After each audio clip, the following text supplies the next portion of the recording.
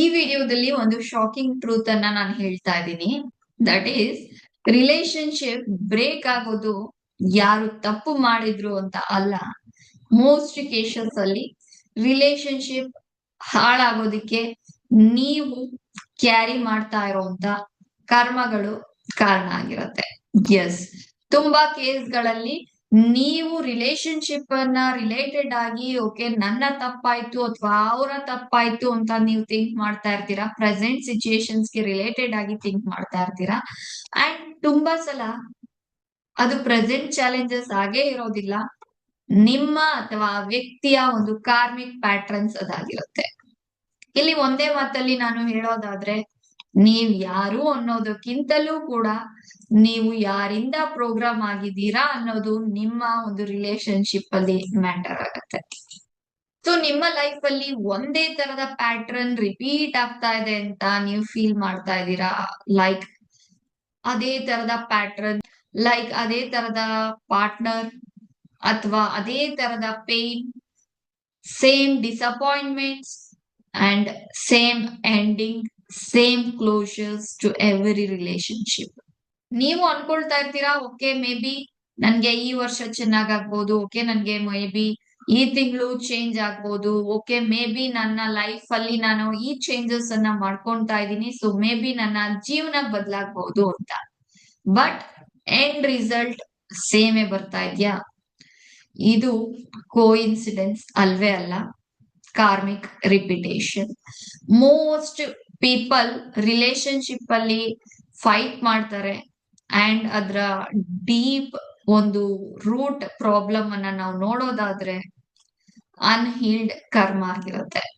S, because even ಆ ಒಂದು relationship ನ ಫೈಟ್ಸ್ ಗಳು ಕೂಡ ಅದೇ ರೀತಿಯಲ್ಲಿ ಇರುತ್ತೆ. Again and again same patterns ಗಳ ರಿಲೇಟೆಡ್ ಆಗೇನೆ ಅದು ರಿಪೀಟ್ ಆಗ್ತಾ ಇರುತ್ತೆ.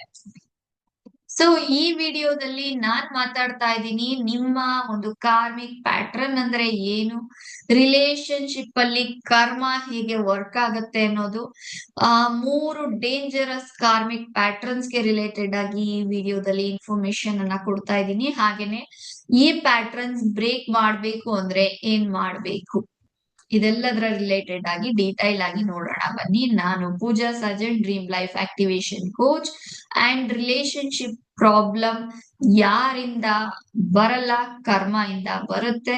ಈ ದಿನದ ವಿಡಿಯೋದಲ್ಲಿ ಅದನ್ನ ತಿಳ್ಕೊಳ್ತಾ ಹೋಗೋಣ. ಅಂಡ್ ನಮ್ಮ ಒಂದು ಕಂಪನಿಯ ಮೇನ್ ಮಿಷನ್ ಆಗಿದೆ ನಿಮ್ಮ ಈ ರೀತಿಯ ಎಲ್ಲಾ ಲಿಮಿಟೇಷನ್ಸ್ ಇಂದ ನಿಮ್ಮನ್ನ ಬ್ರೇಕ್ ಮಾಡಿ ನಿಮ್ಮ ಡ್ರೀಮ್ ಲೈಫ್, ದಟ್ ಈಸ್ ನೀವು ಇಷ್ಟಪಟ್ಟ ರೀತಿಯಲ್ಲಿ ನಿಮ್ಮ ಬದುಕನ್ನ ಕಟ್ಕೊಡೋದಿಕ್ಕೆ ಸಹಾಯ ಮಾಡೋದು ನಮ್ಮ ಒಂದು ಮೇನ್ ಮಿಷನ್ ಆಗಿದೆ. So coming to karmic patterns. Karmic pattern, that is dangerous karmic patterns ಅಂತ ನಾನು ಹೇಳಿದ್ದೆ. ಓವರ್ ಗಿವಿಂಗ್, ಸೆಲ್ಫ್ ಸ್ಯಾಕ್ರಿಫೈಸ್, ಇದು ಒಂದು ಡೇಂಜರಸ್ ಕಾರ್ಮಿಕ್ ಪ್ಯಾಟ್ರನ್ ಅಂತ ನಾವ್ ಹೇಳ್ಬೋದು. And most of the womens ಅಲ್ಲಿ ಈ ಒಂದು ಕಾರ್ಮಿಕ್ ಪ್ಯಾಟ್ರನ್ ಅನ್ನ ನಾವು ನೋಡ್ತಾ ಇರ್ತೀವಿ. ಅದು ಒಂದು ಹಿಂದಿನ ಲೈಫ್ ಇಂದ ಇರ್ಬೋದು ಅಥವಾ ಒಂದು ವಂಶದಿಂದ ಬಂದಿರೋಂಥದ್ದು ಇರ್ಬೋದು. ಆ ದಟ್ ಈಸ್ ಪ್ರೀತಿ ಅಂದ್ರೆ ಸ್ಯಾಕ್ರಿಫೈಸ್ ಮಾಡ್ಬೇಕು ಅನ್ನೋದ್ರ ಒಂದು ಬಿಲೀಫ್ ಸಿಸ್ಟಮ್ ಅವರಲ್ಲಿ ಇದ್ಬಿಡಿರುತ್ತೆ. ದಟ್ ಈಸ್ ನಾನ್ ಪ್ರೀತಿಸ್ತಾ ಇದ್ದೀನಿ ಅಂತ ಅಂದ್ರೆ ನಾನ್ ತ್ಯಾಗ ಮಾಡ್ಬೇಕು. ನಾನ್ ನನ್ನ ಗಂಡನನ್ನ ಪ್ರೀತಿಸ್ತಾ ಇದ್ದೀನಿ, ನನ್ನ ಮಕ್ಕಳನ್ನ ಪ್ರೀತಿಸ್ತಾ ಇದ್ದೀನಿ ಅಂತ ಅಂದ್ರೆ ಓಕೆ, ಅಲ್ಲಿ ನನ್ನನ್ನ ನಾನು ಪ್ರೀತಿಸ್ಕೊಳ್ಳೋದನ್ನ ನಾನು ಸ್ಟಾಪ್ ಮಾಡ್ಬೇಕು ಅನ್ನೋದು ಮ್ಯಾಕ್ಸಿಮಮ್ ಲೇಡೀಸ್ ಅಲ್ಲಿ ಇರೋಂತ ಒಂದು ಪ್ಯಾಟ್ರನ್ ಆಗಿದೆ. ಅಂಡ್ ಪ್ರೆಸೆಂಟ್ ಲೈಫ್ ಅಲ್ಲಿ ಇದು ಯಾವ ರೀತಿಯಲ್ಲಿ ಶೋ ಆಗ್ತಿರತ್ತೆ ಅಂತ ಅಂದ್ರೆ, ನೀವು ಎಲ್ಲರಿಗೂ ಕೊಡ್ತಾ ಹೋಗ್ತಿರ್ತೀರಾ, ನೀವು ನಿಮ್ಮ ಅವಶ್ಯಕತೆಗಳನ್ನ ಸಪ್ರೆಸ್ ಮಾಡ್ಕೊಳ್ತಾ ಹೋಗ್ತಿರ್ತೀರಾ. ನಿಮ್ಮ ರಿಲೇಶನ್ಶಿಪ್ ಅಲ್ಲಿ ಯು ಫೀಲ್ ಲೈಕ್ ಖಾಲಿ, ನನ್ ರಿಲೇಶನ್ಶಿಪ್ ಅಲ್ಲಿ ಏನು ಇಲ್ಲ ಅಂತ ಡೇ ಬೈ ಡೇ ನೀವು ಫೀಲ್ ಮಾಡೋದಿಕ್ಕೆ ಸ್ಟಾರ್ಟ್ ಮಾಡ್ತೀರಾ. Because you are giving over, ನಿಮ್ಮನ್ನ ನೀವು ಇಗ್ನೋರ್ ಮಾಡ್ಕೊಳ್ತಾ, ನಿಮ್ಮನ್ನ ನೀವು ನೆಗ್ಲೆಕ್ಟ್ ಮಾಡ್ಕೊಳ್ತಾ ಬೇರೆಯವರಿಗೆ ಓವರ್ ಆಗಿ ಕೊಡಕ್ ಸ್ಟಾರ್ಟ್ ಮಾಡಿದಾಗ ನಿಮ್ ಒಳಗಿನಿಂದ ಆ ಖಾಲಿತನ ನಿಮ್ಮ ರಿಲೇಶನ್ಶಿಪ್ಸ್ ಅಲ್ಲೂ ನಿಮ್ಗೆ ರಿಫ್ಲೆಕ್ಟ್ ಆಗೋದಿಕ್ಕೆ, ಫೀಲ್ ಆಗೋದಿಕ್ಕೆ ಸ್ಟಾರ್ಟ್ ಆಗುತ್ತೆ. ಈ ಕರ್ಮ ಲೆಸನ್ ಏನು ಅಂತ ಅಂದ್ರೆ, ದಟ್ ಈಸ್ ನಿಮ್ಮ ವರ್ತ್, ನಿಮ್ಮ ಯೋಗ್ಯತೆ ಬರೀ ಸ್ಯಾಕ್ರಿಫೈಸ್ ಇಂದ ಜಡ್ಜ್ ಆಗೋದಿಲ್ಲ. ಅಂಡ್ ಎರಡನೆಯ ಒಂದು ಡೇಂಜರಸ್ ಪ್ಯಾಟ್ರನ್ ಅಂತ ಅಂದ್ರೆ ಒಂದು ತ್ಯಜಿಸುವಿಕೆಯ ಭಯ. ದಟ್ ಈಸ್ ಒಂದ್ ರೀತಿ ನನ್ನನ್ನ ನೆಗ್ಲೆಕ್ಟ್ ಮಾಡ್ಬಿಡ್ತಾರೆ, ನನ್ನನ್ನ ಕಡೆಗಣಿಸ್ಬಿಡ್ತಾರೆ, ನನ್ನನ್ನ ಬಿಟ್ಟು ಬಿಡ್ತಾರೆ ಅನ್ನೋಂತ ಭಯ. ಸೊ ಈ ಒಂದು ಪ್ಯಾಟ್ರನ್ ಎಲ್ಲಿಂದ ಬಂದಿರುತ್ತೆ ಅಂದ್ರೆ ಅಗೈನ್ ಈ ಒಂದು pattern most of the time childhood ಇಂದ ಬಂದಿರುತ್ತೆ. ನೀವು ಒಂದ್ ರೀತಿ ಎಮೋಷನಲಿ ನೆಗ್ಲೆಕ್ಟ್ ಆಗುವಂತದ್ದಿರ್ಬೋದು, ಅಥವಾ ಒಂದು ಪೇರೆಂಟ್ಸ್, ನಿಮ್ಮ ಪೋಷಕರು ನಿಮಗೆ ಪ್ರೀತಿಯ ಅವಶ್ಯಕತೆ ಇದ್ದಾಗ ಅವರ ಒಂದು ಪ್ರೀತಿಯನ್ನ ಅಥವಾ ಅವರ ಪ್ರೆಸೆನ್ಸ್ ಅನ್ನ ಕೊಡದೆ ಇರೋಂತದ್ದಿರ್ಬೋದು. And unstable environment, that is ನೀವು ಬೆಳೆದಂತ ಪರಿಸರ ಒಂದು ರೀತಿಯಲ್ಲಿ ನಿಮ್ಗೆ ಸ್ಟೆಬಿಲಿಟಿಯನ್ನ, ಸೆಕ್ಯೂರಿಟಿಯನ್ನ ಕೊಟ್ಟಿಲ್ಲ ಅಂತ ಇರ್ಬೋದು. ಸೊ ಈ ಎಲ್ಲಾ ಕಾರಣಗಳಿಂದ ಈ ಪ್ಯಾಟ್ರನ್ ಕ್ರಿಯೇಟ್ ಆಗಿರುತ್ತೆ. ದಟ್ ಈಸ್ ನನ್ನ ಲೈಫಿಗೆ ಏನೇ ಬಂದ್ರು ನಾನು ಕಳ್ಕೊಂಡ್ ಬಿಡ್ತೀನಿ ಅನ್ನುವಂತ ಭಯ ಈ ಒಂದು ಪ್ಯಾಟ್ರನ್ ಅಲ್ಲಿ ಇರುತ್ತೆ. ಸೊ ಹಾಗಾಗಿ ರಿಲೇಶನ್ಶಿಪ್ ಅಲ್ಲಿ ಇದು ಯಾವ ರೀತಿಯಲ್ಲಿ ವರ್ಕ್ ಆಗತ್ತೆ ಅಂತ ಅಂದ್ರೆ, ಏನೇ ಒಂದು ಸಣ್ಣ ಪುಟ್ಟ ಟರ್ನಿಂಗ್ ಪಾಯಿಂಟ್ಸ್ ಅನ್ನ ಕೂಡ ನೀವು ನೋಡಿದಾಗ you feel like red flags, relationship ನ ರೆಡ್ ಫ್ಲಾಗ್ಸ್ ಇದು ಅನ್ನೋ ತರದಲ್ಲಿ ನೀವು ಗಾಬರಿ ಆಗ್ತಾ ಇರ್ತೀರಾ. ಅಂಡ್ ನಿಮ್ಮನ್ನ ಡಿಸ್ರೆಸ್ಪೆಕ್ಟ್ ಮಾಡ್ತಾ ಇದ್ರು ಕೂಡ, ನಿಮ್ಮನ್ನ ಒಂದು ರೀತಿಯಲ್ಲಿ ಅಗೌರವದಿಂದ ನೋಡ್ತಾ ಇದ್ರು ಕೂಡ ನೀವು ಒಂದ್ ರೀತಿ ಟಾಲರೇಟ್ ಮಾಡ್ಕೊಳ್ತಾ ಹೋಗ್ತಿರ್ತೀರಾ, ನಿಮಗೆ ನೀವು ಸಮಾಧಾನ ಮಾಡ್ಕೊಳ್ತಿರ್ತೀರಾ. ಓಕೆ, ಇದೆಲ್ಲವೂ ನಾರ್ಮಲ್, ರಿಲೇಶನ್ಶಿಪ್ ಅಂದ್ರೆ ಹಿಂಗೇನೆ ಅನ್ನೋ ತರದಲ್ಲಿ ನಿಮ್ಮನ್ನ ನೀವು ಟಾಲರೇಟ್ ಮಾಡ್ಕೊಳ್ತಾ ಸಮಾಧಾನ ಮಾಡ್ಕೊಳ್ತಾ ಇರ್ತೀರಾ.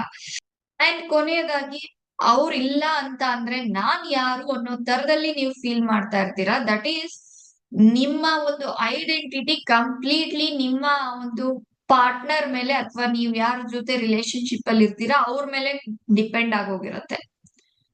ಓಕೆ, ದಟ್ ಈಸ್ ಅವ್ರಿಲ್ಲ ಅಂತ ಅಂದ್ರೆ ನಾನ್ ಏನು ಅಲ್ಲ, ಅವರೇ ಇಲ್ಲ ಅಂದ್ಮೇಲೆ ನಾನ್ ಯಾರು ಅನ್ನೋ ತರದಲ್ಲಿ ನಿಮ್ಮ ಐಡೆಂಟಿಟಿನೇ ಇಲ್ಲ, ಎಲ್ಲವೂ ಅವರೇ ಅನ್ನೋ ತರದಲ್ಲಿ ಯು ಫೀಲ್. ಸೊ ಈ ಕರ್ಮ ಲೆಸನ್ ನಿಮ್ಗೆ ಏನ್ ಹೇಳ್ತಾ ಇದೆ ಅಂತ ಅಂದ್ರೆ, ನೀವು ಆಲ್ರೆಡಿ ಕಂಪ್ಲೀಟ್ ಆಗಿದ್ದೀರಾ. ಇದನ್ನ ನೀವು ಅರ್ಥ ಮಾಡ್ಕೊಳ್ಳಿ. ನಿಮ್ಮನ್ನ ಕಂಪ್ಲೀಟ್ ಮಾಡೋದಿಕ್ಕೆ ಇನ್ಯಾರೋ ಬೇಕಾಗಿಲ್ಲ, ನೀವು ಆಲ್ರೆಡಿ ಕಂಪ್ಲೀಟ್ ಆಗಿದ್ದೀರಾ. ಈ ಒಂದು ರಿಲೇಶನ್ಶಿಪ್ ಅಲ್ಲಿ 50-50 ಪಾರ್ಟ್ನರ್ಶಿಪ್ ಅಲ್ಲಿ ನೀವು ಇದ್ದೀರಿ ಅಷ್ಟೇ ಹೊರತು ಕಂಪ್ಲೀಟ್ಲಿ ಅವರೇ ನಿಮ್ಗೆ ಎಲ್ಲ ಅಲ್ಲ. ನಿಮ್ಗೂ ಕೂಡ ಒಂದು ಪ್ರಪಂಚ ಇದೆ.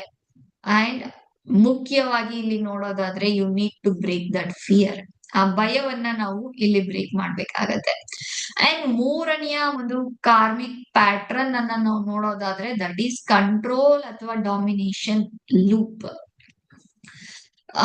ಈ ಒಂದು ಕಾರ್ಮಿಕ್ ಪ್ಯಾಟ್ರನ್ ಪಾಸ್ಟ್ ಲೈಫ್ ಇಂದ ಅಥವಾ ಒಂದು ಫ್ಯಾಮಿಲಿಯ ಕರ್ಮದಿಂದ ಬಂದಿರುವಂತ ಸಾಧ್ಯತೆ ಇರುತ್ತೆ. ದಟ್ ಈಸ್ ಒಂದು ಅಧಿಕಾರವನ್ನ ಮಿಸ್ಯೂಸ್ ಮಾಡುವಂತದ್ದು.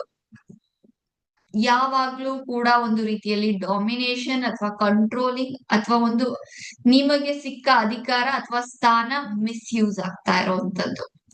ಸೊ ರಿಲೇಶನ್ಶಿಪ್ ನಲ್ಲಿ ಇದು ಯಾವ ರೀತಿಯಲ್ಲಿ ಶೋ ಆಗ್ತಾ ಇರತ್ತೆ ಅಂತ ಅಂದ್ರೆ, ಅವರು ಡಿಸೈಡ್ ಮಾಡ್ತಾರೆ, ನೀವು ಅಡ್ಜಸ್ಟ್ ಮಾಡ್ಕೊಳ್ತೀರಾ. ನೀವು ಯಾವಾಗ್ಲೂ ಒಂದ್ ರೀತಿಯಲ್ಲಿ ಸ್ಮಾಲ್ ಅನ್ನೋ ತರದಲ್ಲಿ ಫೀಲ್ ಮಾಡ್ತಾ ಹೋಗುವಂತದ್ದು. That is you lose to take responsibility. Means ಎಲ್ಲೋ ಒಂದು ಕಡೆ ನೀವು ರೆಸ್ಪಾನ್ಸಿಬಿಲಿಟಿ ತಗೊಳ್ಳೋದನ್ನೇ ನೀವು ಒಂದ್ ರೀತಿ ಮರ್ತೋಗಿರ್ತೀರ. ಸೊ ಇಲ್ಲಿ ಕಾರ್ಮಿಕ್ ಲೆಸನ್ ಏನು ಅಂತ ಅಂದ್ರೆ, ಈಕ್ವಾಲಿಟಿ ಇಲ್ದೆ ಲವ್ ಇಲ್ಲ. ಎಸ್, ಸೊ ಪ್ರೀತಿ ಅಂತ ಅಂದ್ರೆ ಅಲ್ಲಿ ಸಮಾನತೆ ಇರ್ಬೇಕೆ ಹೊರತು ಯಾರೋ ಒಬ್ರು ಡಾಮಿನೇಟ್ ಮಾಡ್ತಾ ಇದಾರೆ, ಇನ್ಯಾರೋ ಒಬ್ರು ಅದನ್ನ ಫಾಲೋ ಮಾಡ್ತಾ ಇದಾರೆ ಅಂತ ಅಂದ್ರೆ ಅದು ಪ್ರೀತಿ ಅಲ್ಲ. ಇಲ್ಲಿ ಮೇನ್ ನಾವ್ ಅರ್ಥ ಮಾಡ್ಕೊಬೇಕಾಗಿರೋದು ಅಂತ ಅಂದ್ರೆ, relationship is mutual understanding, mutual responsibility. ಎಸ್, ಟೈಮ್ಸ್ ನೀವು ಡಾಮಿನೇಟ್ ಮಾಡ್ತಾ ಇದ್ದೀರಾ ಅಂಡ್ ಅವರು ಅದನ್ನ ಫಾಲೋ ಮಾಡ್ತಾ ಇದಾರೆ, ಅಂಡ್ ಟೈಮ್ಸ್ ಅವರು ಡಾಮಿನೇಟ್ ಮಾಡ್ತಾ ಇದಾರೆ, ನೀವು ಅದನ್ನ ಫಾಲೋ ಮಾಡ್ತಾ ಇದ್ದೀರಾ ಅಂದ್ರೆ ದಟ್ಸ್ ಪರ್ಫೆಕ್ಟ್ಲಿ ಫೈನ್. ಬಟ್ ಈ ಒಂದು ಕಾರ್ಮಿಕ್ ಪ್ಯಾಟರ್ನ್ ಅಲ್ಲಿ ಏನಾಗ್ತಾ ಇರುತ್ತೆ ಅಂತ ಅಂದ್ರೆ, ಅವರಿಗೆ ನೀವು ಪರ್ಮಿಷನ್ ಕೊಟ್ಟಿರ್ತೀರಾ ನಿಮ್ಮನ್ನ ಡಾಮಿನೇಟ್ ಮಾಡೋದಿಕ್ಕೆ. ಎವ್ರಿ ಟೈಮ್ ನೀವು ಮುಂದೆ ಹೋಗಿ ನಿಮ್ಮನ್ನ ನಾನು ಅನುಸರಿಸ್ತೀನಿ.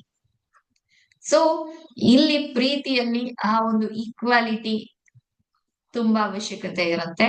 ಇದು ನಿಮ್ಮ ಕಾರ್ಮಿಕ್ ಲೆಸನ್ ಆಗಿರುತ್ತೆ. ಅಂಡ್ ಕರ್ಮ ಅನ್ನುವಂಥದ್ದೇನಿದೆ ಅದು ನಿಮ್ಮನ್ನ ಪನಿಷ್ ಮಾಡೋದಿಕ್ಕೆ ಬರೋದಿಲ್ಲ. ಇದನ್ನ ಫಸ್ಟ್ ಅರ್ಥ ಮಾಡ್ಕೊಳ್ಳಿ. ಈ ಪ್ಯಾಟರ್ನ್ಸ್ ಗಳು ನಿಮ್ಮಲ್ಲಿ ಇದೆ ಅನ್ನೋದಾದ್ರೆ ನೀವ್ ಅರ್ಥ ಮಾಡ್ಕೊಳ್ಳಿ. ಅದು ನಿಮ್ಗೆ ಪನಿಷ್ಮೆಂಟ್ ಖಂಡಿತ ಅಲ್ಲ, ಅದು ನಿಮ್ಗೆ ಪಾಠಗಳನ್ನ ಹೇಳ್ತಾ ಇದೆ. ಆ ಪಾಠಗಳನ್ನ ನೀವ್ ಅರ್ಥ ಮಾಡ್ಕೊಂಡ್ರಿ, ಆ ಲೆಸನ್ಸ್ ಗಳನ್ನ ನೀವು ಕಲ್ತ್ರಿ ಅಂತ ಅಂದ್ರೆ ಈ ಪ್ಯಾಟ್ರನ್ ರಿಪೀಟ್ ಆಗೋದಿಲ್ಲ. ಎಸ್.